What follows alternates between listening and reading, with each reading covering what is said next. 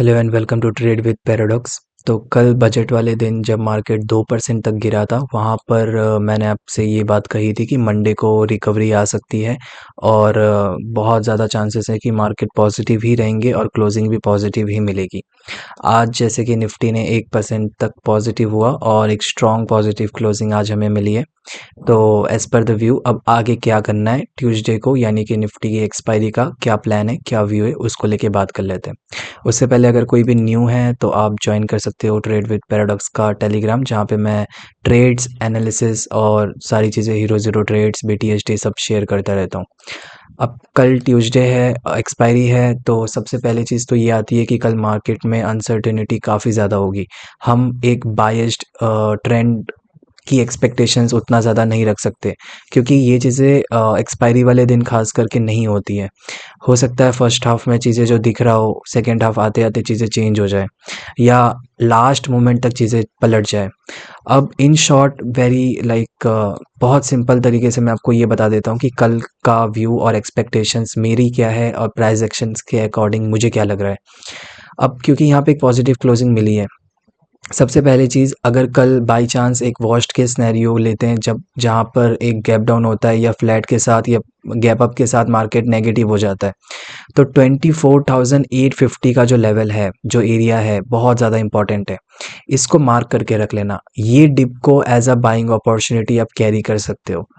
कल मैं ये नहीं एक्सपेक्ट कर रहा कि आज 1% पॉजिटिव हुआ तो कल सारे गेन्स वाइप आउट हो जाएंगे, ये मैं एक्सपेक्ट नहीं कर रहा। कल अगर डिप मिला तो बाई कर लेना, ये बहुत रेयर होगा। जहाँ तक मुझे लगता है फ्लैट के साथ गैप अप होगा या फर्स्ट हाफ कुछ खास होगा नहीं, सेकंड हाफ में पॉजिटिव हो सकता है, कुछ ऐसा हो सकता है। ज़्यादा कुछ बियरिशनेस मैं नहीं एक्सपेक्ट कर रहा हूँ। ओके, कल जो मेरी पर्सनल एक्सपेक्टेशंस है मैं वो बता देता हूँ। 25,300 और 25,250 जो है मैं एक्सपेक्ट कर रहा हूँ, मतलब कि निफ्टी एटलीस्ट यहाँ तक कहीं जाएगा। एंड इफ़ यू रिमेंबर कि लास्ट सेशन में हमने ये बात की थी, अगर इसके ऊपर क्लोजिंग मिलती है, अरे यार, इसके ऊपर, तो यहाँ से एक फर्दर टारगेट्स जो हमने डिस्कस किया था वो आ सकते हैं, मतलब कि थोड़ी बहुत रिकवरी यहाँ से आ सकती है। तो ये बहुत सिंपल सा व्यू है और ज़्यादा कुछ दिमाग में नहीं रखना चाहिए आपको, तो ही आप एक अच्छे तरीके से चीज़ों को कर सकते हो।